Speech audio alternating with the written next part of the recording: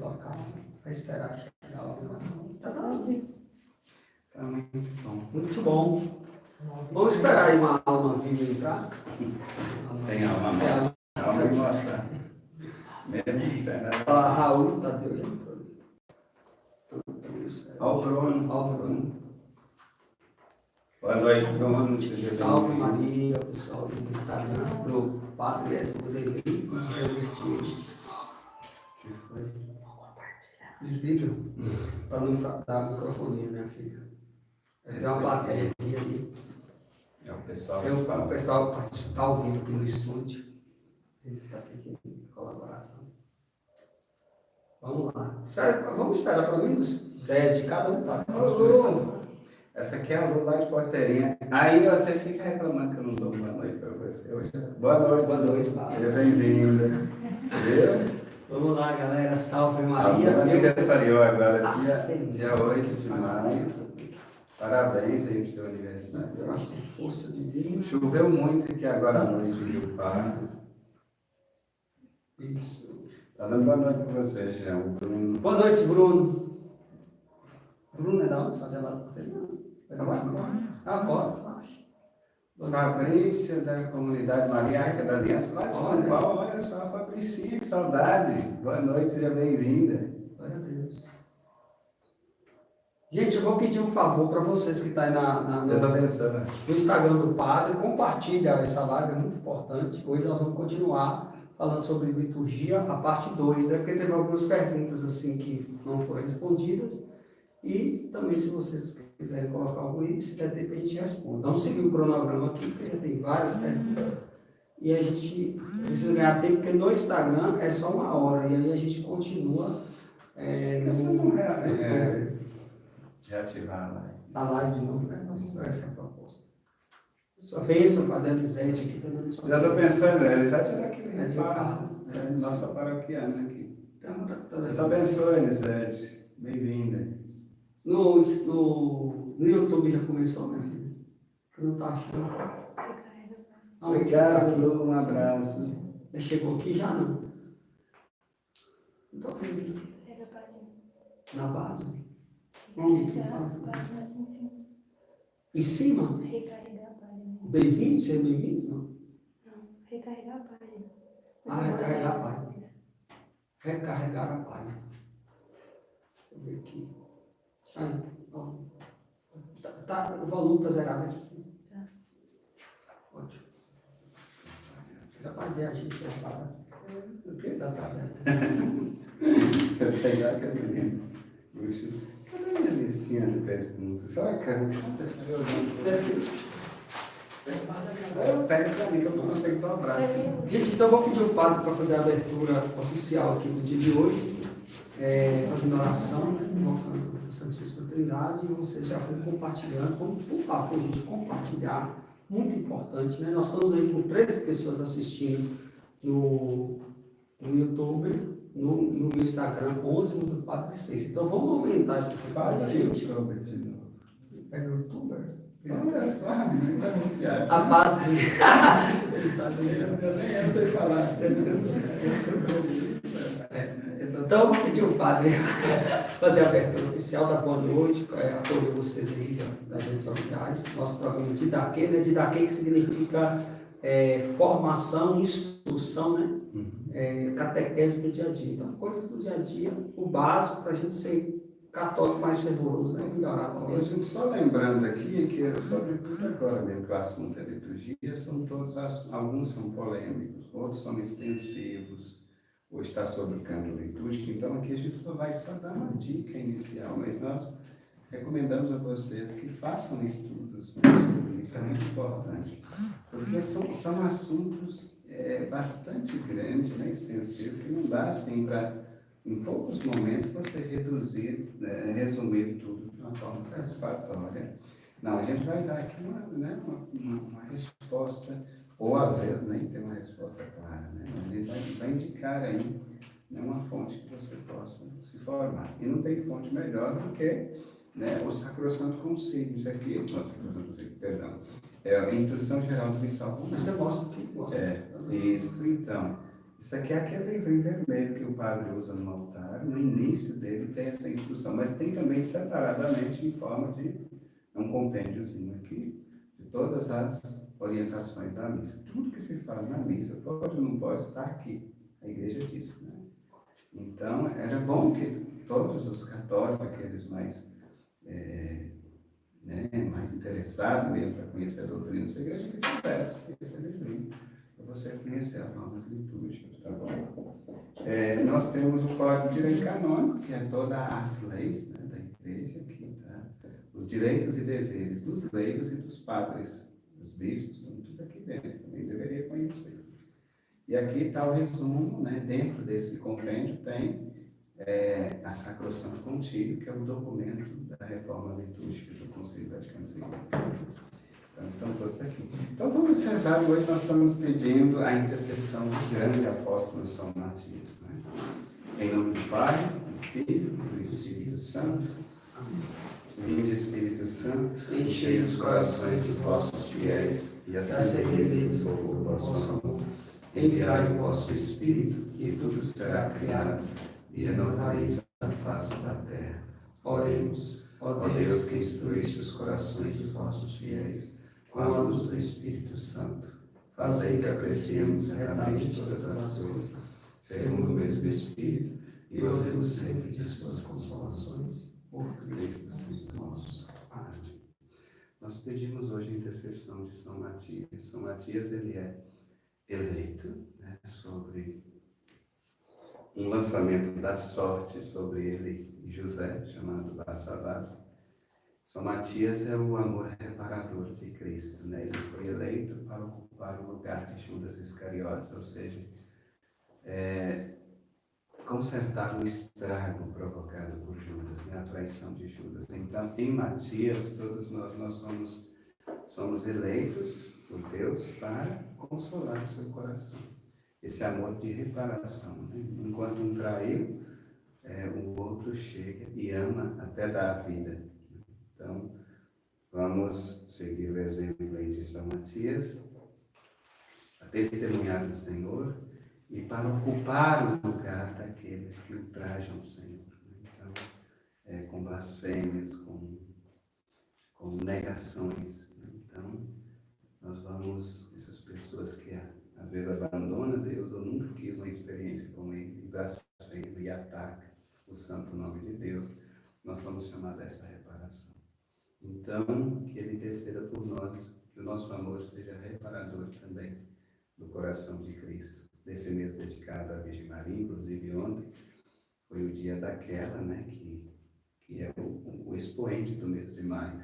Esse mês de maio é dedicado à Virgem Maria porque lá no hemisfério norte a primavera acontece nesse tempo. Então, é o desabrochar das flores. Então, a igreja dedicou aí a Nossa Senhora. Também é uma reparação ao coração de Maria por todo o traje que ela sofre na paixão do seu filho, né? Toda dor, toda angústia.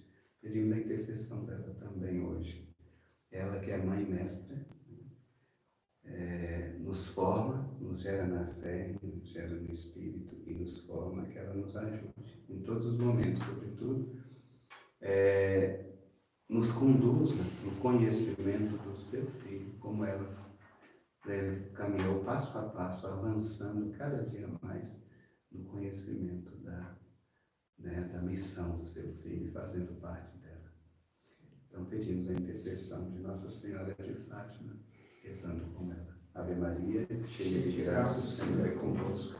Bendita sois vós entre as mulheres, bendito é o fruto do vosso ventre, Jesus. Santa Maria, Mãe de Deus, rogai por nós, pecadores, agora e na hora de nossa morte. Amém. Estamos unidos. Em nome do Pai, do Filho e do Espírito Santo. Amém. Então, pessoal, mais uma vez eu quero pedir para vocês aí, nos Instagram, alguém está perguntando aqui, o personal Maílson aqui, Limeira, qual Instagram está sendo ao vivo. Está na Instagram, Padre Edson ou Edson Vanderlei? O Instagram. Foi você que criou. Padre Edson, né? Padre Edson, PE Vanderlei, né? Edson Vanderlei no Instagram, Gembert Oficial, e no YouTube aí, né? Comunidade Missionária da Gratidão, tá bom? Pessoal, igual o padre falou, não tem como é impossível a gente tratar desse assunto, né, de forma contundente, porque o tema é muito abrangente e tem temas muito polêmicos, então não vai ter como. Então, todas as orientações que vão ser dadas pelo padre, né, são orientações da igreja e, com certeza, é um caminho que nós precisamos ir. Igual ele falou, a gente tem que buscar, coloca você no caminho, você segue em busca daquilo que lhe convém, né? Daquilo que lhe convém, não, daquilo que a igreja apresenta para a gente seguir. Então, nós estamos na segunda parte do tema liturgia, né? Nosso destaque dessa semana vai para a segunda parte da liturgia com talvez a pergunta mais complicada ou até mais polêmica de todas. A pergunta que fizeram na semana passada. Padre, eu posso ou não posso bater palma na missa? Então, Diga aí. Veja bem, nós vamos percorrer um pequeno caminho, inclusive eu até trouxe anotado aqui, porque é muita informação, mas, para guardar tudo, mas essa questão de bater palma chega a ser uma questão polêmica, né? Porque muitos dizem, não, é o santo sacrifício de Cristo lá no Calvário, mas a gente precisa lembrar que o sacrifício de Cristo agora é o sacrifício, é a renovação do sacrifício do Calvário, mas é um sacrifício incruento, né? Não tem a dor e nem derramamento de sangue. E que a nossa liturgia, ela é fundamentada, grande parte, no Apocalipse. Então, se vocês já lerem o livro do Apocalipse, vocês vão ver que a liturgia celeste lá é bem animada, né? Muito incenso, muito glória, muito canto. E a nossa liturgia da igreja é fundamentada nesta liturgia, né? Por exemplo, quando o padre coloca uma casula muito bonita, não quer dizer que é a vaidade do padre, mas ali é o Cristo sacerdote, né? Para destacar, a pessoa precisa entender que ali a veste, ela destaca o Cristo sacerdote, não o padre, né? O homem ali, ele age na pessoa de Cristo. Como diz o provérbio, o dedo aponta a estrela e o tolo olha para o dedo, né? E perde o brilho da estrela. Mas aqui eu estou falando assim, só para dar início, nós não vamos entrar nesse assunto da fundamentação litúrgica, que o assunto é a palma. Mas tem uma informação aqui que eu trouxe para vocês. Primeiro, no início da Sacrosanto Concílio, esse livrinho está dentro desse compêndio aqui, é um dos documentos do Concílio Vaticano II. Lá no número 112 diz assim: percebemos essa abertura a uma forma musical por seus aspectos culturais que englobam o ritmo e os gestos corporais.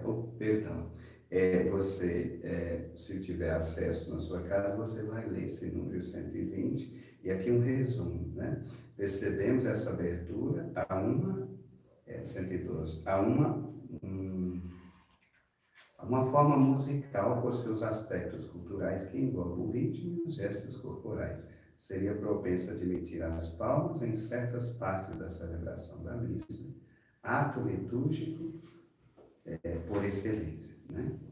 Então, vamos ver aqui o que vai dizer o 112 e esse resuminho já apresentei para vocês, né? 102, deixa eu romper um pouquinho mais adiante aqui. 108, 102, né? Encontrei. A tradição musical de toda a igreja é um tesouro de inestimável valor que se sobressai entre todas as outras expressões de arte, sobretudo porque o canto sagrado, intimamente unido com o texto, constitui parte necessária ou integrante da liturgia. Vai ter uma pergunta sobre o canto litúrgico, aqui vocês já vão entendendo, né? Parte necessária e integrante da liturgia. Tem gente que canta canto que não tem nada a ver com a liturgia, né?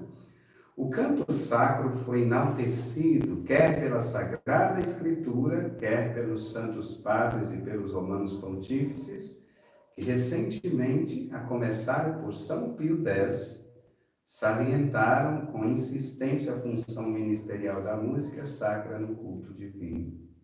Por esse motivo, a música sacra será tanto mais santa quanto mais intimamente estiver unida à ação litúrgica, quer como expressão mais suave da oração, quer favorecendo a unanimidade, quer, enfim, dando maior solenidade aos ritos sagrados. A Igreja, porém, aprova e admite no culto divino todas as formas de verdadeira artes dotada das qualidades devidas. Vejam bem, então, esse parágrafo aqui, esse resumo que eu estou dizendo para vocês, ele é feito aqui por um assessor, que na verdade ele não é assessor, na época não era um assessor litúrgico, mas ele fez isso aqui no encontro, né? É o padre Rafael Fornazier, em julho de 2010. Ele era assessor da Comissão Episcopal para a Pastoral da Vida, Bioética e Família da CNBB. Então, em 2012, inclusive, a Comunidade Emanuel lançou esse artigo aqui, e aqui é um dos resumos que ele faz. Para chegar no resultado das palmas, nós falamos aqui de cânticos, mas aonde estão as palmas? Dentro dos cânticos, né? Então, só respondendo, fazendo mais uma vez o resumo aqui, né, do assunto que nós ouvimos. Percebemos esta abertura a uma forma musical que, por seus aspectos culturais, que englobam o ritmo e os gestos corporais, a palma é uma forma de expressão, seria propensa a admitir as palmas em certas partes da celebração da missa, ato litúrgico por excelência. Né? Depois nós tivemos um documento de 1965, né, São Paulo VI, chamado Musicam Sacra, né, ou seja, música sacra do português. Ele trata da participação, né, do povo na liturgia. Ele diz o seguinte, lá no número 15, você pode ter acesso a ele pela internet, pode digitar Musicam Sacra, terminando com letra M, tá bom? Com a letra M, tanto música como sacra, é uma inscrição latina. Diz assim no número 15, esta participação deve ser, antes de tudo, interior, o silêncio, o recolhimento. Quer dizer que por meio dela os fiéis se unem em espírito ao que pronunciam ou escutam e cooperam com a graça divina. Então aqui na letra A está escrito assim, a questão da interiorização que é necessária dentro da missa. Depois a letra B, né, do número 15, vai dizer assim, mas a participação deve ser também exterior. Quer dizer que a participação exterior deve expressar-se por meio de gestos e atitudes corporais pelas respostas e pelo canto. Resposta aqui se entende as respostas da oração eucarística e assim por diante, né? Ou pelo canto. Eduquem-se também os fiéis no sentido de se unirem. O que está acontecendo hoje é que eu concordo com isso, o outro não concorda, aí fica como que um corpo troncho. Nós somos um corpo místico dentro da igreja e nós devemos rezar e expressar juntos, unânimes, a nossa fé. Se tem um membro que fica quieto, né, engessado lá, é um membro, podemos dizer que é um membro seco, como aquele homem da mão seca. Né? Então você precisa também ter, primeiramente, essa docilidade, né? Eu não concordo com isso, mas você tem que lembrar que dentro da Santa Missa você é o corpo místico de Cristo e você, às vezes, se porta como um membro amputado desse corpo, né? Fazendo o seu parecer, a sua vontade, e lembrando que, né, você deve obediência aos seus sucessores, você tem aos seus superiores, perdão. O fiel tem direito, sim, a fazer uma reclamação, ele pode depois, né, chamar o padre, uma conversa particular, e pode expor, mas na hora da missa evita qualquer situação que te faça um membro fora desse corpo, tá bom? Então vocês viram que aqui tem a expressão da fé, né, do que o interior e exterior.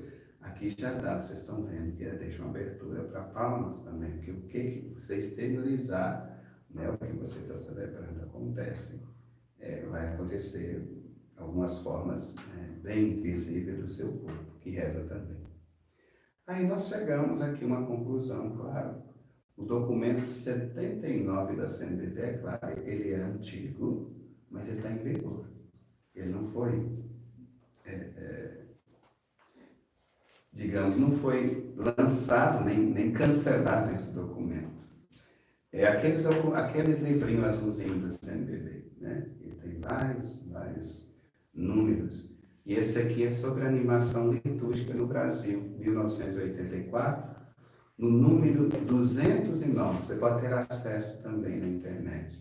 No número 209, a CNBB admite palmas como fazendo parte da liturgia. Por exemplo, para as aclamações como participação do povo, devem ser incentivadas e mais variadas através do canto, das palmas ou dos vivos.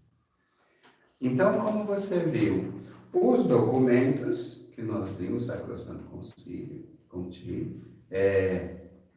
a música sacra, esses documentos deixam abertura para palmas. E a CNBB depois fez a sua interpretação, que pode sim haver palmas sim, dentro da missa. Agora, nós não temos uma clareza hoje, um documento que diz, não pode, o Papa Bento diz, não deve bater palmas dentro da missa. São João 23, numa homilia, numa locução que ele faz, num encontro com os fiéis, no quarto domingo da Quaresma. Você sabe que o quarto domingo da Quaresma é o domingo da alegria. E então os fiéis bateram palmas quando viram ele. Ele saiu ali, apresentou, e os fiéis bateram palmas. Ele foi muito delicado, ele falou da alegria dele do encontro, mas ele pediu, não aplauda dentro da casa do Senhor. O templo de Deus é o templo de Deus. Então, São João 23, né, ele deixa claro que ele era contra as palmas. O Papa Bento XVI deixa claro que não deve bater palmas. Mas aqui no Brasil, a CNBB interpretou e deixa livre a interpretação dos bispos. É o próprio Vaticano que deixa livre, é o Código de Direito Canônico.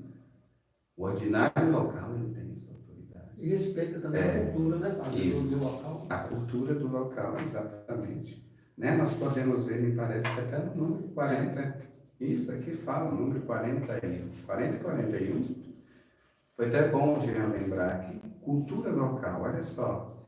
Mas como hoje em alguns lugares, aqui é o número 40 da Sacrosanto Concílio, viu? Em alguns lugares, as circunstâncias especiais fazem uma adaptação mais profunda da liturgia, é que se torna, por isso mesmo, mais difícil. Primeiro, número 1, a competente autoridade eclesiástica territorial é o bispo, e que se refere ao artigo 22, parágrafo 2, considere com muita prudência e atenção que neste aspecto poderá oportunamente ser aceito no culto divino. O bispo pode observar o que está acontecendo no culto divino, porque você sabe que o nome bispo, o nome oficial é episcopo, que significa vigilante. Ele é o vigilante da fé. Ele é o responsável por manter a ordem, né, na igreja particular, que é a diocese. Então, a ordem litúrgica, para não sair fora.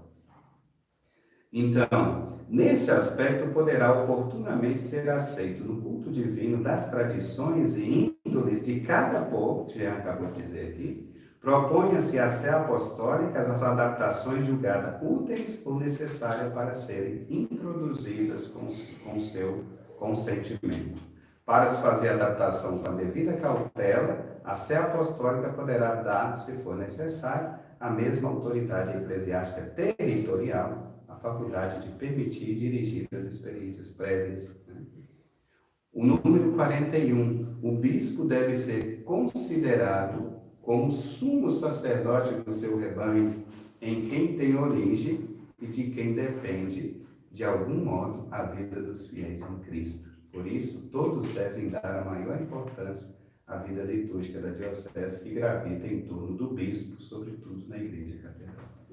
Então, o que eu deixo para vocês aqui no final? Não vou dizer que você deva bater palmas, nem que você não possa bater palmas, porque a liturgia, os documentos da igreja não me permitem isso. Eu recomendo você a procurar o seu padre ou o seu bispo. Pode ser o seu bispo na ocasião que ele for aí na sua cidade, ou então você pode marcar uma conversa com ele na Cúria Diocesana e você pergunta. É o melhor. Porque aí o Sacrosanto Contínuo está deixando isso aqui a cargo do senhor bispo. O caso é que aqui no Brasil se bate palmas muito dentro da missa e os nossos bispos veem isso, eles sabem disso. E se eles não falou nada, já é um aval que pode. Porque se não pudesse, eles já tinham interferido e diz, nós não queremos as palmas. Né? Então fica assim a critério de cada um. Eu vejo que o povo brasileiro é um povo muito fervoroso, eles gostam muito de animação, de tudo. E as palmas, eu digo que é uma característica do Brasil. Como a África tem tantas percussões dentro da missa que é realmente um grande... Né? Para nós ficaremos assustados. Não é essas missas que dizem, as missas afro que eles preparam aqui, que às vezes é mais assim, é até simples com relação da África, mas o rito da missa africana mesmo é muito barulho, né? Então, muitas percussões, você sabe que é próprio da África as percussões, né? Então, é muito da cultura africana e as missas lá tem todas as percussões dentro. E às vezes, inclusive aqui no Brasil, se pede na quaresma que tire as percussões da igreja, né? As percussões não devem ser usadas porque elas evidenciam, elas dão uma conotação muito festiva em tempo da quaresma e sobriedade. Inclusive, a renovação carismática deve observar isso, né? A gente já tem observado muito, mas assim, até nos grupos de oração, os grupos de oração têm que acompanhar o tempo litúrgico também. Ah, mas nós vamos fazer um grupo de oração? Não, olha, aí não usa os fins para justificar os meios, tá bom? Pode-se fazer um grupo de oração profundamente espiritual na quaresma. E olha que tempo, né? Para evitar aquela animação toda, evitar o aleluia, né? Evitar o glória no tempo da quaresma. Então, a gente precisa ser obediente à liturgia, senão perde o sentido que nós estamos fazendo. Beleza, então nós estamos ouvindo aí, lendo, né, as perguntas que estão chegando aqui no Instagram também. E nós vamos tentar respondê-los o mais rápido possível, tá bom? Se não der para responder, a gente Deus abençoe e eleva. Deixa aí no privado, tá bom? Padre, o seguinte, a outra pergunta é o seguinte, é necessário ou é obrigatório, ou não é necessário nem obrigatório, fazer jejum antes e depois da missa? E qual é esse tempo que a gente tem que fazer? Obrigatório, sim. É obrigatório, está aqui no Código de Direito Canônico. Né? Eu vou ler para vocês aqui. Tudo está no Código de Direito Canônico, é uma norma. Né? Então, veja bem, o Código de Direito Canônico, no cânone 919, diz assim, parágrafo 1º, quem vai receber a Santíssima Eucaristia, abstenha-se de qualquer comida ou bebida, excetuando-se somente água e remédio no espaço de ao menos 1 hora antes da Sagrada Comunhão. Entenderam? Agora veja bem, o parágrafo 2º. O sacerdote que no mesmo dia celebra 2 ou 3 missas, a Santíssima Eucaristia pode, 2 ou 3 vezes, a Santíssima Eucaristia, que é a Santa Missa, pode tomar alguma coisa antes da 2ª ou 3ª celebração, mesmo que não haja com espaço de 1 hora. Obrigado, Senhor. Hoje eu celebrei 6 missas. Já me gosta. Inclusive, na última missa de hoje, eu tive que usar, porque eu falei, tinha um cafezinho já servido, nós chegamos um pouco cedo, né, na comunidade. Eu falei, olha, o Código de Direito Canônico me dá um direito de, depois da primeira missa, e eu posso tomar meu lanchinho antes da missa. Então, veja bem, é certo, só água você pode tomar, antes 1 hora antes. Os idosos, mas veja bem, aqui a gente desce. O parágrafo 3º fala aqui, tem uma objeção. Pessoas idosas e enfermas, bem como as que cuidam delas, podem receber a Santíssima Eucaristia, mesmo que tenha tomado alguma coisa na hora que antecede. Entenderam? É obrigatório. Então, se deve, todo fiel deve fazer 1 hora de jejum antes de receber a Sagrada Comunhão. O documento não prevê nada depois da comunhão. Exatamente, porque ela dura enquanto a espécie permanece no seu organismo, que vai ser, ela vai ser, como fala, digerida rapidamente. Eu creio que, como é muito fininha, eles não falam nada depois da missa, porque ali tem os ritos finais, tem tudo. Você, quando chegou em casa, seu organismo já digeriu. Alguns falam que em 15 minutos ela já está digerida. Então, é obrigatório. Jovens, eu sei que tem muitos jovens nos acompanhando. Vão mascando chiclete para a igreja. E olha que eu vejo pessoas na fila da comunhão, assim, remoendo, igual aqueles animais ruminando, né? Uma cabra, uma bode. Tá. Os crismandos, então, misericórdia. Em vez de fazer uma escovação, que acho que com medo é isso aí. Faça uma escovação no dia do sacrismo, por misericórdia. Não vai mascando chiclete, não, né? Então deve ficar até fragmento da Sagrada Eucaristia junto com esse chiclete aí, depois vai parar. Eu também já vi aqui na igreja, foi uma vez só também, uns jovens de boné dentro da igreja na hora da missa, né? Então a gente vê que realmente não tem nenhuma. Jovens que já fizeram crisma, né? Que já não, adultos na zona rural, tem hora que a gente vê os homens chegam de boné. Gente, só uma coisa que eu falo para vocês. Vá a um juiz de direito, um magistrado, vá mal vestido para ver se ele te recebe. Chega lá com boné na cabeça, chega lá de camiseta, de bermuda. As mulheres, chega lá de decote baixo, saias curtas para ver se ele recebe. Gente, é um homem comum. É claro que ele é digno de respeito, né? Um magistrado, ele tem autoridade para julgar as nossas causas, mas eu quero fazer uma comparação com vocês, né? Se o juiz terreno, um homem comum, tem tanta exigência para se entrar na presença dele, e o juiz eterno, e o Senhor dos Senhores, o que vocês imaginam, né? Então tenha um mínimo de respeito com as coisas sagradas. Aqui eu lembro meu formador, meu bispo-formador, né, João Bertaveira, dizia assim, nunca acostume com o sagrado. O sagrado deve ser sempre novidade. Porque se você acostuma, você perde o respeito. Quando chega uma visita na sua casa, você tem toda uma formalidade, né? É igual eu no início da comunidade, era todo formal. No início, não. Hoje não. Até hoje a xícara desce. Até hoje a xícara desce. O frango está na mesa.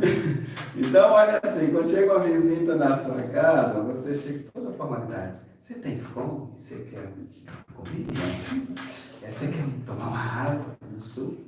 Aí se ficar uma semana com você, aí essa visita pega, me arranja um copo de água. Vai pegar na geladeira, você não está aleijado. Pediu sair da cadeira. Então, o costume, quando a gente acostuma com a pessoa, né? Isso aqui não é errado, é até bom, né? A pessoa ter essa intimidade, brincar, nós brincamos muito. Mas aqui eu estou fazendo uma comparação com o sagrado. Quando você acostuma com isso, você vai perdendo isso. Aí entra de boné, entra de qualquer jeito. E outra coisa, padre, a gente entra sabe com a chamada mini saia, que a saia fica em casa, só vai de mim. A gente sabe que também, né? Assim, uma questão de ética, né? E até moral, que para cada ambiente a gente tem um tipo de roupa apropriada, né? Não vai para a igreja com roupa de praia. Não é, então, assim, você prejudica muita Dona gente. Marinha, seu Carlos, entraram ali, olha. Vamos lá, vamos seguindo aqui. Alguém então ficou certo aí a questão da Eucaristia, né? É obrigatório, é código de direito canônico, 1 hora de jejum antes da Eucaristia. Agora, a gente deixou um detalhe assim também, né? Às vezes a igreja orienta, você vai sair de casa, você deve sair para a igreja no mínimo meia hora, né? Para não chegar lá em cima da hora. Aí você vai fazendo, ali você pode, né? Até ali você pode tomar um lanchinho, porque depois você vai começar a missa, e a missa tem 1 hora de duração. Se for a minha missa, então você vai fazer mais que um jejum ainda. Então esse jejum já pode, assim, não é você fazer de casa 1 hora, a não ser que né, você mora do lado da igreja. Do lado da igreja, aí não tem. Mas a missa sempre ela tem duração de 1 hora. 1h20, por aí. Então, se você, ali meia hora antes, você já entrou no jejum, você vai fazer um jejum perfeito, né? Agora não leva pipoca para a igreja, aquela coisa, porque o filho às vezes deve dar pipoca para o filho, ainda dá como as duas ali ainda. Mas o bom mesmo é as mães educar os filhos para não dar com pipoca, dar coisinha antes da missa. Ah, filho, depois conversa com seu filho, ele vai entender. Não colocar chiclete dentro. Mamãe vai comprar pipoca. Chiclete lá do banco, né? Chiclete, eu acho também. Mas, gente, é o seguinte, na live passada, no programa passado, o padre falou sobre a posição da capela, né? A capela antes do concílio e a capela depois do concílio do Santíssimo dentro da igreja. Alguém perguntou se tem um lado correto para que a capela possa ficar na igreja, né? Se tem um lado correto ou se pode colocar de qualquer lado.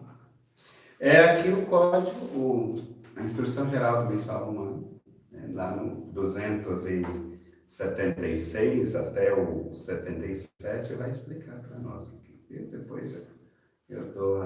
Depois eu faço um pequeno esclarecimento, né? 276, né?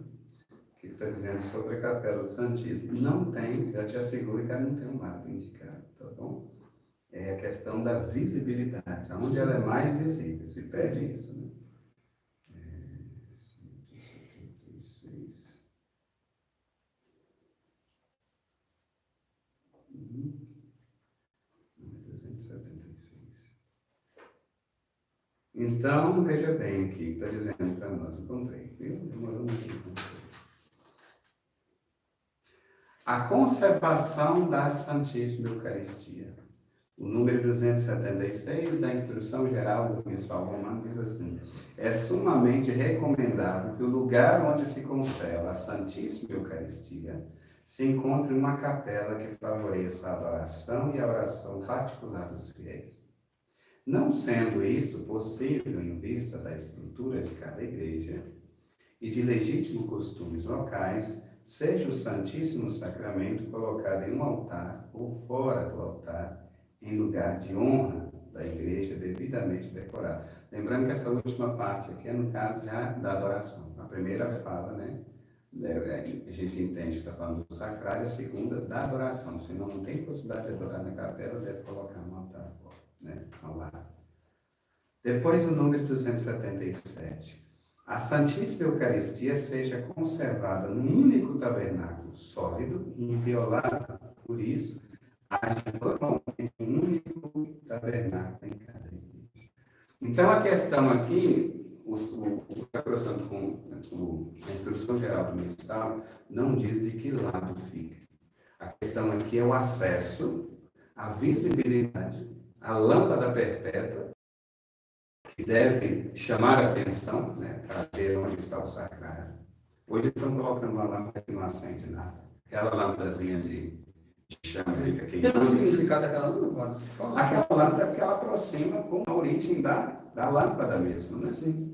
É Como uma, se tivesse é uma algum chama, significado. é uma lâmpada de azeite que ficava acesa, então ela chama. Só que ela, quase a gente não vê nada, porque você sabe que aquela lâmpada, para ela ficar boa, ela tem que ser numa rede de 220. Sim. E sempre coloca 110, você quase não vê a chama, porque 220 ela fica com uma chama mesmo, né? Mas o bom mesmo é você colocar uma lâmpada vermelha que chama atenção. Tem pessoas na zona rural que colocam uma lâmpada branca. A igreja diz que é uma lâmpada vermelha. Até porque chama atenção e lembra o fogo, né? Diante do altar do Senhor, que queima noite e dia na presença do Senhor. É chamada lâmpada perpétua, tá bom? Aquela lâmpada deve indicar com clareza onde há a capela do Santíssimo. Então se coloca dessa forma, eu diria para você, é claro, se você está construindo a igreja na sua comunidade, de preferência que a capela, se puder, fique à direita. E você sabe que tem toda uma teologia do lado direito do crucificado, né? Quando a gente fala lado direito da igreja, não é o seu lado direito.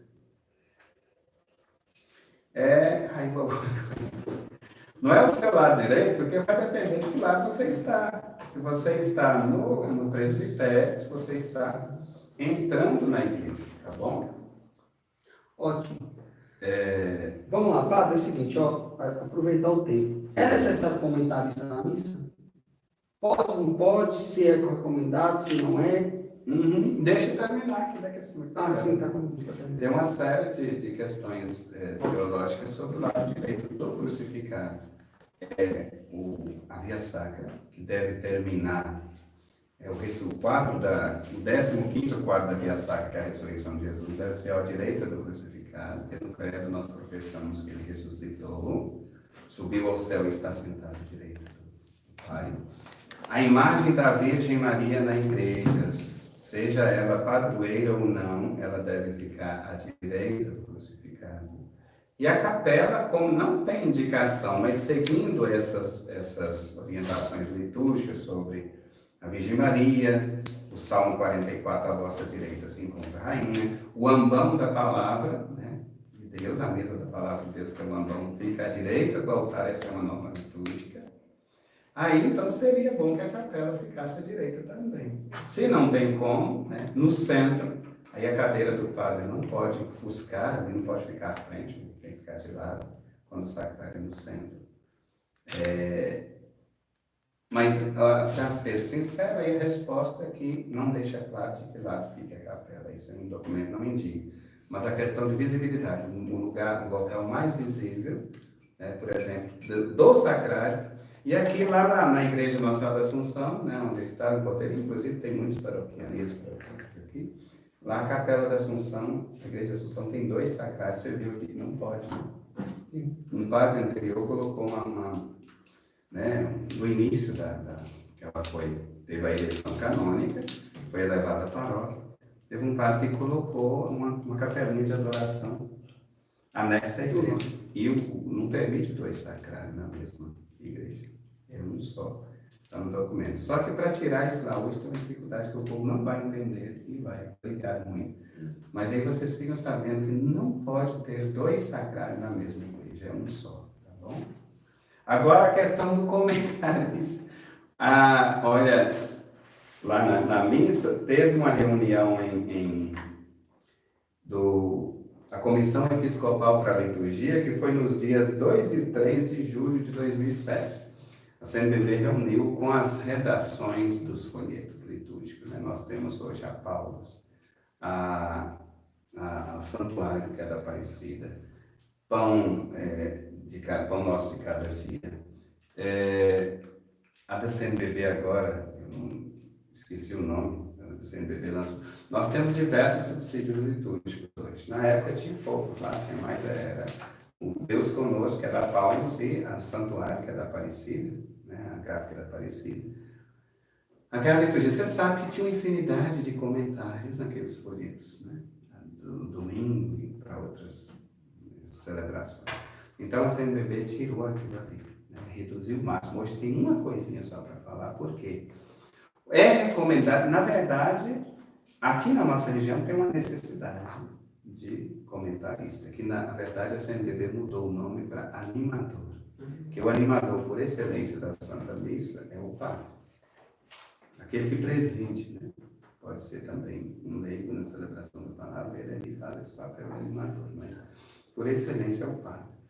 E aquele animador litúrgico, que é o antigo comentarista, ele deveria, a orientação é que deveria fazer espontaneamente, mas focalizando em Cristo e não nele. Né?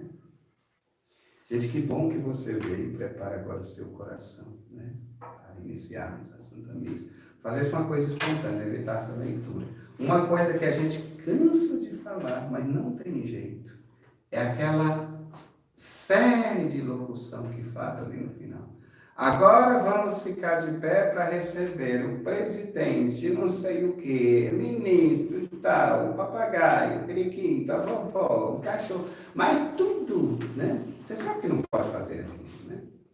Aqui não pode. O chamado animador, ele termina, né, o seu texto ali, ou faz espontâneo, ele diz: iniciemos a Santa Missa cantando, ou com o canto, iniciemos a Santa Missa. Não é negócio de ficar apresentando quem vai entrar, só é permitido uma apresentação igual nas paróquias, a sede paroquial, que é a Igreja Matriz, que vem um padre cada noite, se permite no final, porque as pessoas não conhecem. Então, depois do texto lá, que deve ser bem pequenininho, lido, se diz assim: a missa hoje será presidida pelo padre tal, da paróquia tal, pronto. Com canto, iniciamos a Santa Missa. Ou, iniciemos a Santa Missa cantando. Agora aqui em Rio Parque tem Padre Sebastião, Padre Edson, Padre Ivan. O povo está cansado de ver a nossa cara. Aí vai começar a missa. Vamos receber o Padre Sebastião. A gente sabe quem é o Padre Sebastião. O Padre Edson, misericórdia. Isso chama, como é que fala? Cacofonia da Santa Missa, sabe? É ficar ali com coisas que não faz. Outra coisa, aproveitando aqui, além do animador já falar coisa, né, que não deveria, os leitores ficam lá esperando terminar tudo. Daí quando termina, é só falta ir na frente e falar: oi, eu sou fulano. Porque, gente, você sabe que se eu for proclamar a primeira leitura, quando o padre termina a oração de coleta, você já deve subir para o mandal, né? Lá vai para o presbitério. Se tem aquela animaçãozinha antes, você já fica lá posto, mas fica aquele vazio dentro da missa. Principalmente se a missa for radiada, misericórdia. Quem está lá, porque se for televisiva, pelo menos as pessoas estão vendo o que está acontecendo. E no rádio, você fica só escutando, aí fica aquele buraco, né? Porque termina, o animador termina de falar ali, e a pessoa demora para chegar lá. Mas não tem jeito, eu já cansei de falar isso. Até nas comunidades eu já dei formação, mas não tem. Espera falar tudo. Aí chega. As preces a mesma coisa, porque tem uma introdução das preces. O padre faz a introdução, você nem sabe quem vai fazer as preces. Depois que passa, aí levanta uma alma santa de lá e chega. E as preces também, padre, tem todo um segmento, né? Não é prece da cabeça da pessoa. Não é, não. Inclusive, eu conheci, que eu não conhecia, tem um livro próprio só de prece. A igreja tem um livro só de prece para cada dia e para cada tempo. As preces podem ser feitas do ano. É uma coisa que hoje quase ninguém faz, mas você sabe que está aqui, né? Hoje nós não vamos entrar no mérito, mas está aqui na Instrução Geral do Missal Romano. Está aqui a questão das preces. Elas são uma extensão litúrgica, elas devem ser feitas no presbitério. Mas tem 4 que se reza pela igreja, pelo Papa, pelos bispos. Autoridade civil. Pela autoridade civil, e as 2 últimas seria local. São 6 formas, né, cada um. Então, o comentarista, aqui na nossa região, se torna necessário, o animador. Por quê? Porque o nosso povo não está educado para isso, né? O certo seria a pessoa estar na igreja, e os documentos orientam são isso, estar na igreja 15 minutos antes de começar a missa. Quando você entra na igreja, a primeira coisa é você visitar, saudar o dono da casa, que é o Santíssimo Sacramento, e ao sacrário. Voltar para o seu banco e entrar em clima de oração. Aqui não acontece, na nossa região não acontece. É um converseiro dentro da igreja, e conta tanta coisa. E na hora que vai começar, tem hora que ainda precisa pedir silêncio. Como é que se não tivesse um animador? Agora, nas igrejas tradicionais, tem um sininho lá no fundo. Os leitores, os cantores já são educados para isso. Eles já afinou os instrumentos antes, já ensaiou. Estão lá em clima de oração também. Já sabem o que vão cantar. Então, um acólito, ou mesmo um ministro da comunhão, chega e dá 3 toques no sininho. Os cantores levantam, começam a cantar e a procissão entra. Terminou a oração de coleta, teve a saudação, o padre senta, o leitor já, se tiver acólito, o acólito já desce para frente do altar. Se não tiver, o leitor já sabe que ele já é hora dele. O padre terminou a oração de coleta, ele faz a vênia para o altar, sobe, e assim por diante, não precisa. Mas se eu for fazer isso aqui, se a gente fazer, o povo já fica perdido. Para finalizar esse assunto, sobre as intenções da missa. Aquela coisa que você falar, aqui a gente vê, por exemplo, falar todos os antecedentes dizimistas da missa e colocar, notar aquele tanto de intenção que ele já chega em lugar de ficar 2, 3, 4, 5 minutos só falando intenção da missa. Aquilo pode, não pode, é recomendado, depende de cada paróquia, de cada processo. As intenções, né, dos fiéis, elas são recomendadas que se faça antes da missa, né? Sobretudo de falecido. Mas ele é facultativo, depende muito, né, do padre. Tem uns que não querem, outros, né, fazem. Se quiser, é permitido fazer as intenções. Agora, o fiel precisa entender que ele está rezando para aquela celebração, aquela Santa Missa está sendo oferecida por aquela causa da pessoa, por isso for um falecido. Ele está oferecendo para Deus, não é para o povo. Porque tem gente que se não fala o nome, ele xinga a missa toda lá embaixo. Xinga a comunidade, xinga tudo. Aí na secretaria xinga que ele atrai tanta desgraça para ele, desculpa a expressão, com tanta reação negativa dele, que seria melhor ele nunca ter colocado a intenção, né? Porque Deus sabe muito bem, o que o salmista diz antes que a palavra chega na sua boca, Deus já sabe o que você vai dizer.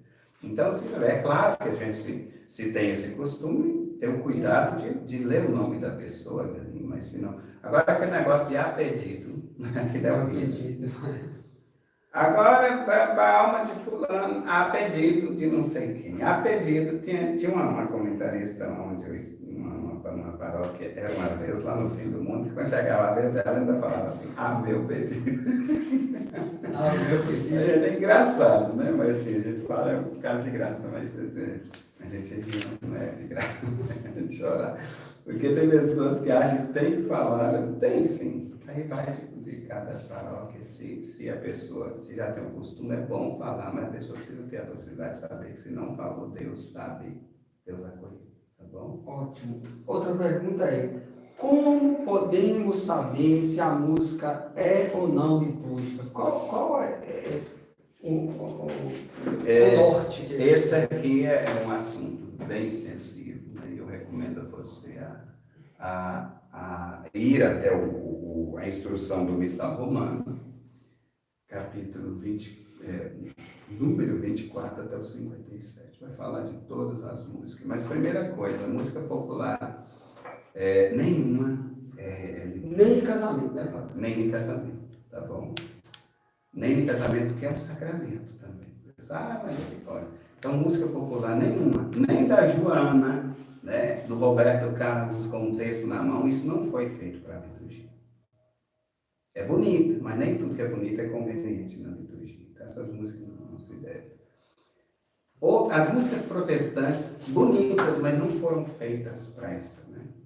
Não foram feitas para uma liturgia católica. Liturgia católica. Tá bom? Então, deve-se evitar. E outros cânticos que são mais para grupo de oração. Não é um cântico para liturgia, tem cântico. E outra coisa, tem cânticos litúrgicos que eles não encaixam em determinado momento. Por exemplo, tem gente agora na Páscoa que está cantando a aclamação do Evangelho. Isso ainda lá em abril, porque se fosse pelo menos no mês de maio ainda tinha, mas no tempo da Páscoa não se usa esse tipo de aclamação. O aleluia, ele é obrigatório no canto de aclamação em todos os tempos, salvo a quaresma que não pode. Mas em outros tempos litúrgicos, o cântico de aclamação ao Evangelho, ele obrigatoriamente tem que ter aleluia. Isso é uma obrigação. Aí tem gente que canta lá no tempo comum. Eu vim para escutar. Isso nunca foi de aclamação. Cadê o aleluia? Fala, Senhor, palavra de fraternidade. Nunca foi de aclamação. Tem que ter aleluia. Então você já sabe que o cântico de aclamação no Evangelho, se tiver aleluia. Porque os mesmos cânticos da quaresma, eles são próprios para aquele tempo. Aí não tem aleluia. Mas fora do tempo da quaresma, todos têm que ter. Tanto que até aquela inscriçãozinha da liturgia diária tem um aleluia, que é para, se não cantar, é pelo menos falar. Mas tem que ter aleluia. É o Cristo ressuscitado que fala, né? Então, aqui vai falar os tempos, os cânticos litúrgicos tem que ser no tempo. Gente, para nós que somos padres, não tem coisa pior do que vocês presidir uma missa com as pessoas cantando qualquer coisa. Eu mesmo tenho dificuldade com isso. Eu fico mais inspirado quando a pessoa canta o que está celebrando. Quando não canta... Porque o sentido da música litúrgica é você introduzir o povo naquela liturgia do dia. Você está na Páscoa, o povo está cantando. Você está na Quaresma, está cantando outra coisa. Os músicos deveriam tomar cuidado de ler antes a liturgia para saber quais as leituras. É tão fácil, mas para isso precisa uma preparação, gente. O que eu questiono é que todas as outras pastorais, elas se preparam, né? Na sua forma, os ministros têm uma preparação para ministrar, né, a liturgia, o ministério, e segue as orientações que recebe. Os outros, né, a pastoral familiar, tem uma formação, né, para dar a preparação de noiva, eles seguem. E tem muitos cantores que não querem seguir as orientações da igreja. Porque eles querem cantar. Gente, a música litúrgica nem sempre ela vai ser bonita. Mas a letra da música, olha o Padre Zezinho, né? Padre Zezinho, coitado, a voz do Padre Zezinho é rouca, né? Tadinho. Mas as músicas do Padre Zezinho tem uma teologia tão profunda, mas nem todas são litúrgicas também.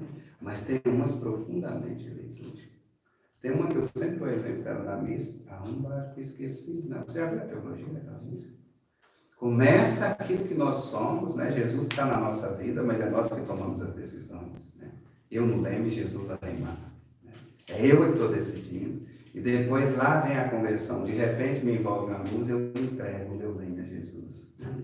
Eu preciso pescar diferente, que o povo já sente que o tempo chegou. Agora vem o final. E partimos para onde ele quis. Eu tenho cruzes, mas vivo feliz. Olha que teologia dessa música. Que coisa extraordinária, né? É uma conversão que acontece dentro da música, né?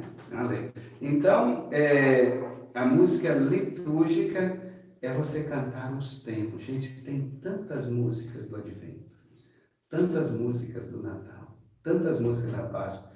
E o povo tem dificuldade de ensaiar. Aqui na paróquia eu faço um trabalho de mandar mensalmente, agora com a pandemia a gente parou por enquanto, mas agora no mês de junho já volta. Eu mando as músicas dos domingos, todos os domingos do mês. Claro, tem música de cunho mais pastoral, tem música mais animada. Gente, canta o tempo certinho. Se as pessoas fizessem um mínimo de esforço para ensaiar, ficava bonita as missas, tá? Porque o canto tem hora que quando você ouve ele a primeira vez, você acha ele horrível, mas quando você ensaia ele fica bonito, né? E assim, a liturgia é um ciclo. Você aprende um ano só. Você faz um esforço de aprender os cânticos litúrgicos um ano. Depois eles voltam o tempo todo. É um ciclo. O tempo da Páscoa vai voltar os mesmos cânticos de Páscoa, né? Introduz um novo e assim por diante, né? Então tem cântico que o tempo não dá. Uma vez uma pessoa cantava numa noite de Natal e cantava um cântico ofertório. Vem, Senhor, minha vida oferecer. Primeiro, esse cântico é protestante. E ele pode até, hoje já está tão conhecido na igreja, que ele pode até fica, mas ele não é para o tempo da gente. No Natal, Jesus está nascendo. Tem uns cânticos próprios, nasceu hoje o menino, né? Vamos lá adorar, vamos... Cânticos tão belos que a pessoa põe o cântico. Teve uma vez que num aniversário, numa solenidade de São Pedro e São Paulo, você vê a solenidade de São Pedro e São Paulo, as duas colunas da igreja, o canto de entrada era assim, tem anjos voando neste misericórdia. Era ele. Uma gastrite vai. Era ele. Eu mereço. Então, veja bem, esse cântico ele não é para liturgia. Ele é um cântico bonito, fala dos anjos. Se fosse pelo menos no dia 2 de outubro, que é o Santos Anjos da Guarda, ou no dia 29, que é o dia dos Santos Arcanjos, 29 de setembro, ainda perdoaria, né? Mas esse cântico nem é liturgia, tem anjos do ano. Se acontecer um barulho, o que é esse cântico? Vocês vão ver aqui que o cântico de abertura, que era o antigo chamado cântico de entrada, ele deve cantar o que está celebrando, deve levar o povo a introduzir o povo, mas deve celebrar. E deve ser um cântico animado, nunca um cântico, por exemplo, você vai pôr de entrada, Mãe do céu, morena, aí o povo dorme tudo. Ou então coloca assim, quem é esta que avança, como aí vem o padre, todo boletim. Aquela roupa branca. Mas assim, eu recomendo vocês a ler e fazer todo o esforço de participar das formações litúrgicas. Eu gosto muito de dar formações litúrgicas, faço isso, como eu disse para vocês, né? E quando eu for presidir, se você me convida para a sua festa do padroeiro, peça para pôr música da liturgia do dia, você vai ver como eu fui inspirado. Eu não sou de reclamar, não reclamo não, mas assim, você fica desmotivado, gente, estou celebrando uma coisa, está cantando. E se Pessoal, você ler isso aqui, vocês vão ver. Ó, vai cair a live do padre, eu vou abrir a live do padre aqui de novo. Uhum. A minha, o pessoal vai para a comunidade missionária da gratidão, que eu não vou abrir, mas a do padre a gente vai abrir, tá bom? Vai acabar aí, mas você vai voltar, só um minutinho. Sacração consciente. E hoje na internet também tem muita Tá informação. muito bom. Só um minutinho, pessoal, que a gente já vai. Muito bem. Começar. Abre aqui, meu padre, por favor. Peraí, deixa eu ver. Não sei. Peraí, padre, vamos abrir agora. Só um minutinho, que isso aqui já vai dar certo. Isso demora. Então, vamos ver. Você vai derrubar. Vai lá, as coisas. perto. Ótimo. Verificar a informação. Beleza, deixa o pessoal voltar ali, ó. Eles vão voltar. Padre, até o pessoal voltar, rapidinho, só para voltar no assunto aqui, mas é uma coisa importante, que foi um rapaz aqui no meu Instagram perguntou, acho que ele chama Emanuel, perguntou, pode ou não pode cobrar a intenção de missa? Porque as intenções é cobrada, alguns lugares são cobradas. Sim. Pode ou não Aquela pode cobrar? colaboração. Então, isso é uma votação polêmica também, né? Você sabe que lá quando, até o 1889, era Brasil Império, e o Império tinha um imposto, 2%, de alguma coisa lá, que eles cobravam e passavam para a igreja. Tem gente que até hoje acha que nós recebemos do governo, tá? Sim. O Brasil Império tinha uma ajuda do governo para a igreja, era destinada, né? O governo imperial. Com a ascensão da criação da República, expulso, né? Acabou com o Império, expulsou os imperadores e tornou o Brasil república, os republicanos cortou tudo isso, então a igreja perdeu. No momento ela ficou sem nada para sobreviver. Não tinha dízimo, não tinha trabalhado dízimo, porque o império, né, ajudava. Então colocou essas taxas, né, do sacramento, intenção de missa, para ajudar a igreja no momento. E era para trabalhar o dízimo mais tarde, né? As quermesses e tudo. Só que os acomodaram e ficaram aí. Agora, na década de 80, começou a ser forte o dízimo. Ainda tinha os padres que vinham da Itália, né? Lá dos países de primeiro mundo, que traziam muita ajuda para cá. Então, tinha padre que construiu hospital, né? O caso de Espinosa, né? O padre Martim Kist, acho que é o nome dele assim, tem um hospital que ele construiu, uma igreja muito grande que ele construiu, com recurso bem percebedor, a pessoa não fazia nada. Agora, hoje o dízimo tem sido trabalhado, mas assim, o dízimo por si mesmo, ele não tem sido ainda o suficiente, né? A consciência está Porque, por exemplo, uma paróquia igual a Rio Parque, que é a maior da diocese, o dízimo aqui é um valor alto. No momento eu nem sei, né? Como acontece. Mas aí aumenta os gastos também, são 3 padres para dar conta da paróquia. São 3 carros rodando, né? Você sabe, olha, vocês têm uma ideia, eu paguei de conserto do meu carro do dia 29 de novembro até o dia 10 de fevereiro, R$ 5.200. Então, eu posso falar uma coisa. Eu posso falar porque eu já fui no conselho econômico. Isso de oficina. Eu já fui no conselho econômico da paróquia e sobre o conselho pastoral. Eu posso falar com propriedade. Os carros da paróquia, eles só podem rodar 3 anos.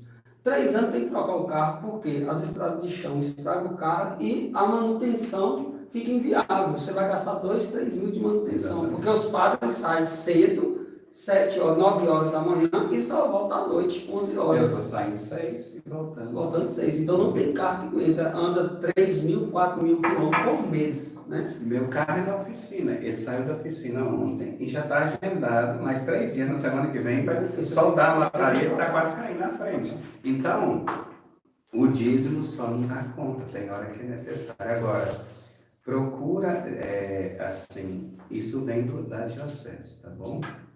Vocês podem procurar na paróquia de vocês que tem lá, né,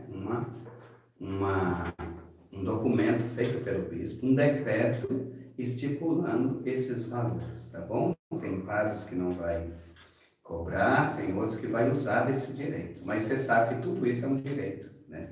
Que vem da diocese, e isso é mandado 20% de tudo isso, incluindo intenções de missa, né, coleta, tudo isso é mandado 20% para a cura. Você sabe quanto custa um seminarista mensalmente para a diocese?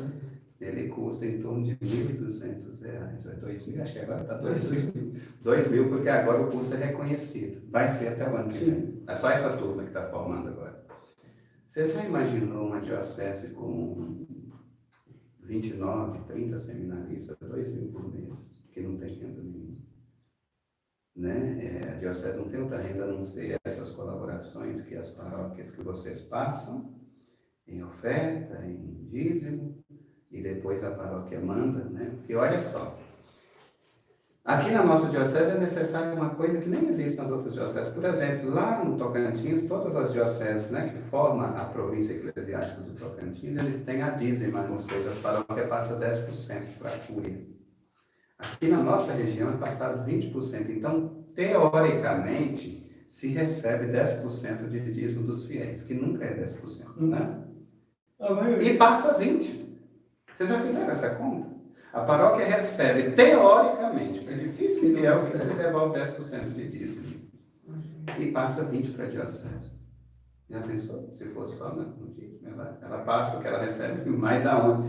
Aí entra a coleta, entra essas intenções. É claro que você não é obrigado a colaborar, mas isso é um direito. E não é pagamento também, né? Porque não se paga sacramento. Isso aí é um estipulado pelo bispo. Você pode sim contestar, você tem todo o direito. Mas só uma coisa que eu quero deixar claro, não é defender minha classe aqui, que essas taxas são todas bem da diocese. O padre não tem. Se o padre estiver cobrando a mais, você pode denunciar para o bispo. Você pode denunciar. Porque não pode, nós não podemos cobrar mais daquilo que o bispo estipulou. Então vem da diocese, tá bom? E está aqui no Código de Direito Canônico também, que são os deveres dos fiéis, né, para com os ministros sagrados, de sustentar a missão, né, local. Mas depois a gente pode até entrar nisso, mas acho que respondeu a pergunta do rapaz aí, né? É estipulado pela diocese. Esperamos em Deus que um dia não tenhamos mais a necessidade. Eu mesmo, falo a verdade, eu tenho vergonha de receber até dinheiro na frente das pessoas, exatamente para livrar desse comentário. Eu peço às pessoas, onde eu passo nas paróquias, vocês sabem o que vocês têm, compromisso vocês têm com a paróquia, vocês põem lá, se for um valor, põem uma sacolinha, põem lá na minha bolsa, não vem passar dinheiro na frente, que eu fico até envergonhado com isso, porque eu sei que as pessoas já falam demais. Se aqui os paroquianos nossos mesmo, tem hora que eles ajudam, dão uns 50 reais para ajudar, né, na oficina, né, e no combustível. Então, se eles esquecem isso, alguns até falam, pai, você tem que me lembrar. Eu falei, eu nunca vou lembrar vocês, nunca. Eu posso estar lembrando desse dinheiro, mas eu nunca vou chegar, eu não tenho essa coragem de chegar e falar assim, cadê o dinheiro da escola? Vocês podem ter certeza que eu nunca vou cobrar de vocês. Não. Se vocês não pôr lá na minha bolsa, vocês nunca vão ouvir da minha boca, cadê o dinheiro? Eu não faço isso. Fábio, outra pergunta, qual é a maneira correta de comungar? Nós temos aqui as 3 formas, né? Primeira forma que é essa, é eficaz, quando é a comunhão em uma espécie. Mão esquerda sobre a direita. Você recebe na mão esquerda, pega com a direita e leva na boca. Nunca em forma de pinça. Tem gente hoje que está fazendo demais aqui em Rio Pardo, pô, faz demais, eu preciso ficar orientando. Ele não pega, não recebe a comunhão dessa forma, né? Vai cair no chão, constantemente cai partícula no chão. O povo chega dessa forma. Tem gente que pega igual o baiano comendo farinha, recebe pau, joga na boca aqui. Então a igreja, essa é a forma correta.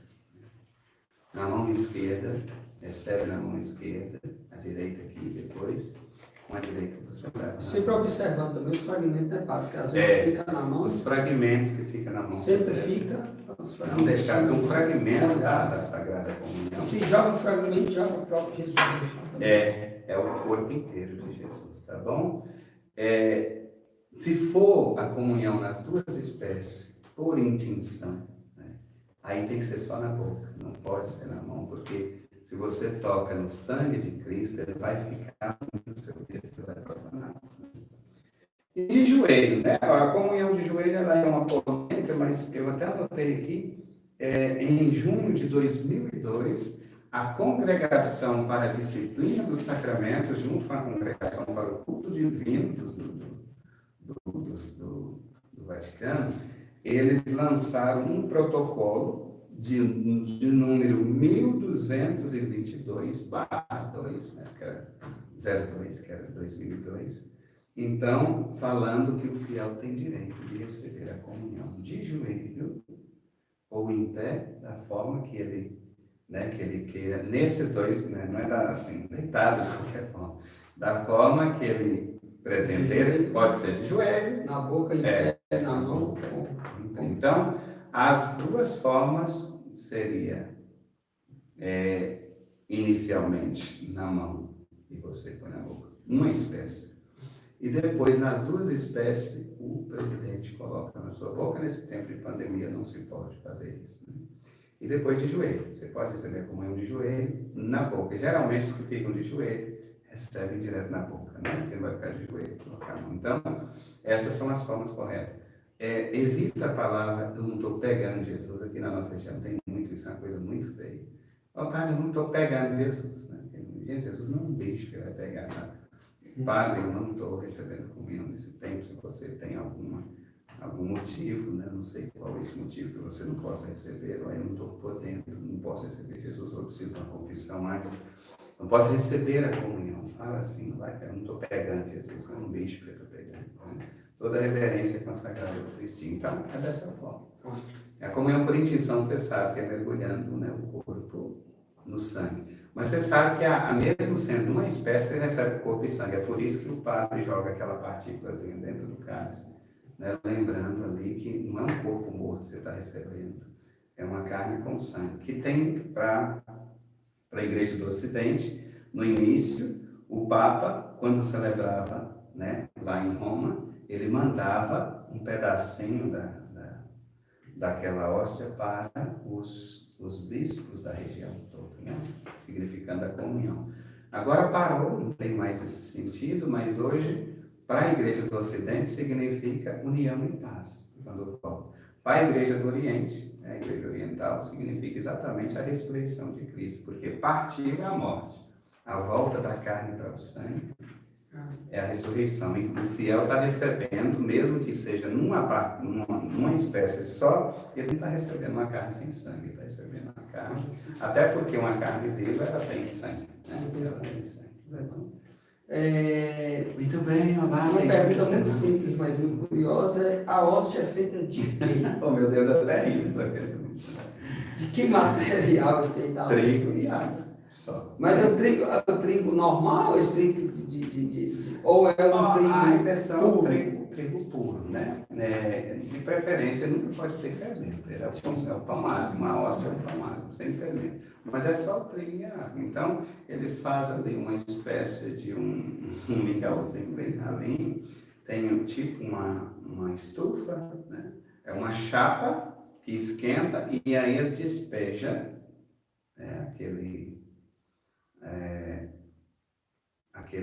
aquela massinha ali em cima, e tem uma prensa que já tem aquelas marcas, aquela litúrgica, né? Aí eles prensam e depois para cortar é um instrumento parecendo um copo desse, bem afiado, corta vários, né? De uma vez. Então, a matéria ali é só a água e o trigo, só mais nada. Então, veja bem, e por que escolheu, né? A pessoa perguntou por que a escolha do trigo e do pão e do vinho. Primeiro, porque tem um dado importante: a comunhão na boca tem um sentido espiritual muito profundo. Deus que alimenta os seus filhos como criança, põe na boca. Tá? Então as pessoas não entendem, né? Hoje tem muita gente contra isso, mas significa esse Deus, esse Pai amoroso que alimenta a comida na boca. Nós somos as eternas crianças de Deus, né? Recebe o alimento na boca. E por que o pão e o vinho? O pão, isso. Porque significa a comunhão da igreja. O pão foram vários grãos de trigo que foram triturados, né, o sacrifício.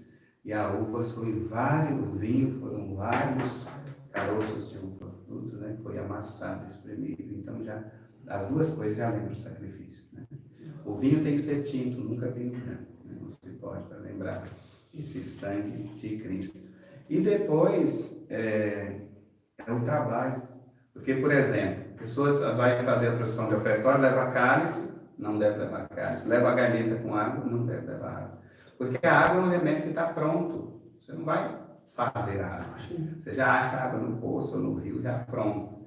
Mas você leva apenas uma âmbula e a galheta com o vinho. Por quê? É o trabalho. Você leva para o altar o fruto do seu trabalho.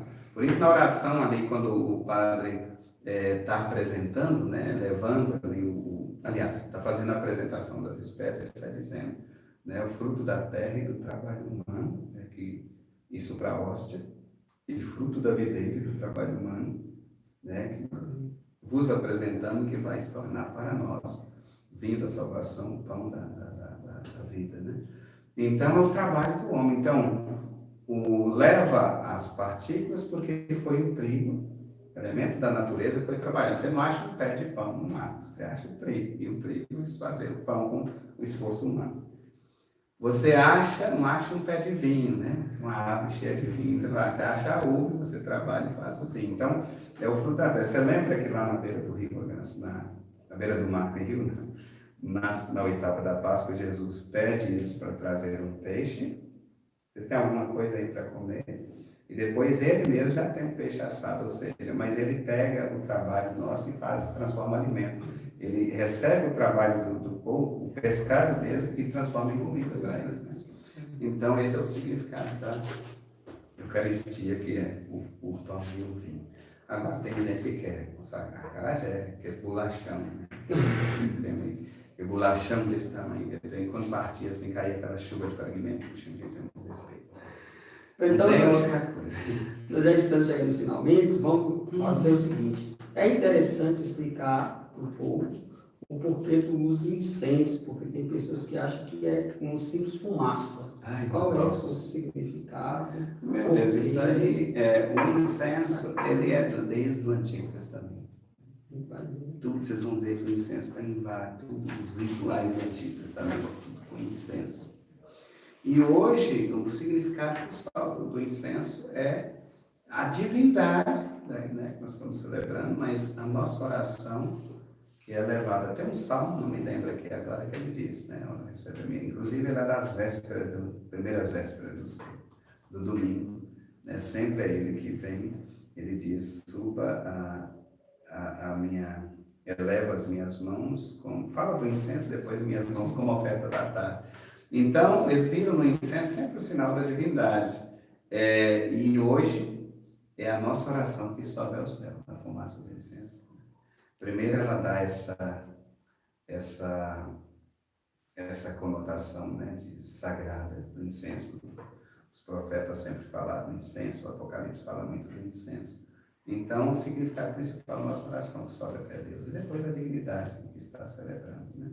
Não é recomendável que fiéis cristão católico queime incenso em sua casa. Não se pode o incenso litúrgico, aqueles incensos lá de não sei das casas, não sei das quantas, não é porque não queima em casa, aquilo não é bom. Né? As varetas de incenso aqui vem também de esoterismo, tá bom? Então, o incenso só na igreja. E eu não sei porque eu tenho rinite alérgica, mas o incenso eu nunca espirrei, mas tem gente que começa com tosse. E aí os outros começam a tossir. Também que é um efeito psicológico, né? Gente que nem chegou a fumar, você começa. Então você deve acostumar com o incenso é sagrado. E dá uma conotação sagrada. E se usa incenso em todos os domingos. É tão interessante que quando na coloca incenso, você sempre abençoa. Exatamente, abençoar. Aquilo ali é como acolher a sua oração e enviá-la a Deus, né, nesse caso. Padre, é o seguinte, não podendo me confessar nesse tempo, aí me recomenda a contrição, né, como a gente já explicou. Então eu posso comungar? Mas se você está em pecado mortal, não, porque o Vaticano não falou isso. Né? O Vaticano deu uma dispensa, por exemplo, a pessoa infectada, ela, se tivesse infectado, tivesse internado, mas assim, se não tiver uma acusação de pecado mortal, viu? Porque o bispo, ele deu uma dispensa do domingo, o Vaticano falou, né, dessa contrição e tem padres que estão falando dessa contrição para receber a comunhão. Você sabe que a comunhão fora da celebração ela não é permitida pela igreja, né? Se você não se acusa, porque eu não estou com decreto aqui agora. Depois você vê lá do Vaticano. Né? Está dizendo se sua consciência não te acusa de pecado grave. Se é pecado mortal, você não vai comungar, que você vai aumentar mais a sua situação de pecado. Quem come o corpo de Cristo indignamente, come a própria condenação. 1 Coríntios 11, 28. Viu? Não vai fazer isso. Então, você não pode comungar. E que seja essa de comungar em pecado mortal. Você sabe, não pode. Então, dá um jeito, procura. Mas agora, a pandemia não é motivo para você achar que tem direito às coisas. Porque o que Jesus fala, vigiai, né? Orai, não sabeis o dia nem a hora que o Filho do Homem voltará. A vinda do Filho do Homem vai ser como um relâmpago. A pandemia, você sabia que ela estava vindo. Nós ouvimos falar da China e gradativamente veio aproximando de nós até chegou aqui. A vinda de Cristo vai ser um relâmpago. E olha o relâmpago como é, né? É melhor a gente ficar vigilante e não em situação de pecado, porque na hora que o Cristo vier, não vai ter tempo de correr para padre, não. Fica sabendo disso. Não vai ter tempo.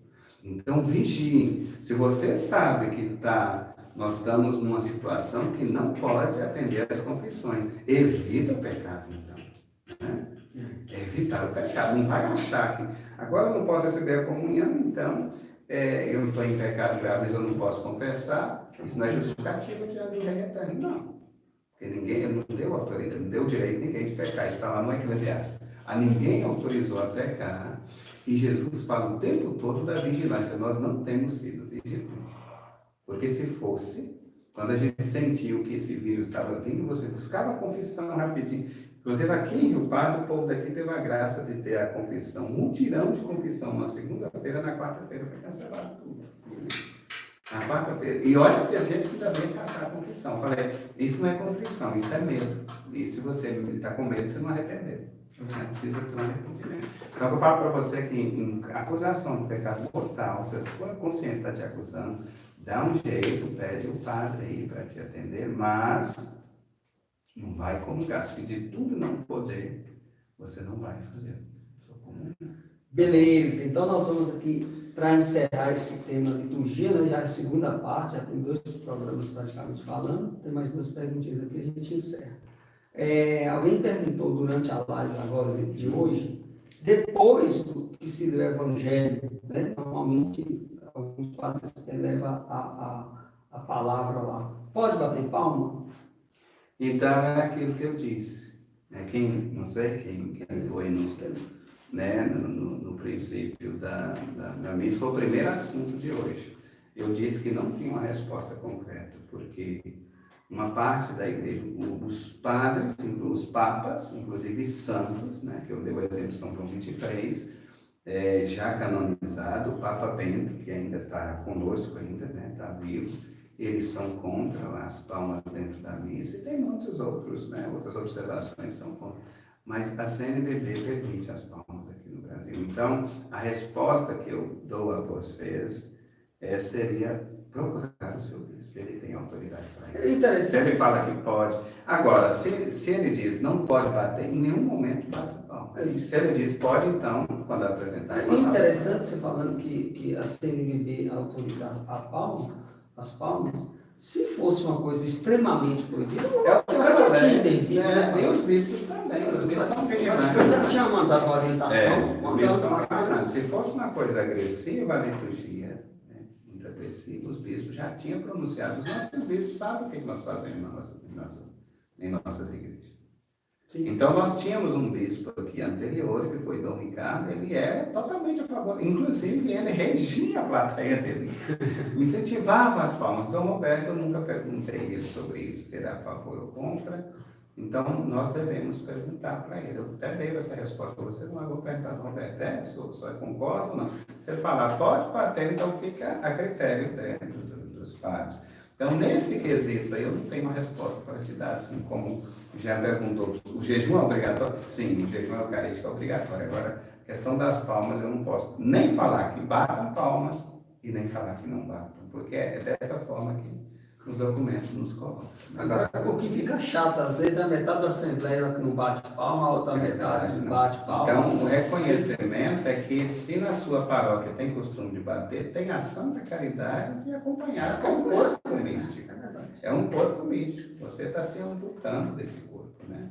Isso não vai ser justificativo diante de Jesus, tá bom? A última pergunta, nosso irmão Maílson aqui de hoje, ele perguntou assim: se eu comunguei de manhã na celebração da palavra, à noite eu estou participando da missa, eu preciso comungar de novo? A orientação, né, sobre a comunhão é imensa caritatis, né, que é de 1965, Paulo VI, deixa bem claro que o fiel pode comungar pela manhã e à noite, né? Então, se você comungou na celebração da palavra e foi à missa ou em outra celebração, você pode comungar. A imensa caridade, traduzindo para o português, é a ilimitada caridade, né, de Cristo. Nos permite comungar 2 vezes. Se a pessoa está acompanhando o padre, um acólito ou um ministro, ele deve comungar todas as vezes. Por exemplo, hoje o Marcos foi comigo, o Marcos acólito, né? Amanhã ele vai de novo. Amanhã nós estamos no setor prata e no setor raiz, né? Ele vai comigo de novo. Amanhã tem mais 6 missas. Ele comunga as 6 missas, porque ele está servindo o altar comigo. Cada comunidade, ele e nós dois estamos em todas as missas, mas o povo é diferente em cada missa. Então, se ele está comigo no altar, está servindo e não recebe a comunhão, aquele povo daquela comunidade não sabe que ele comungou na outra.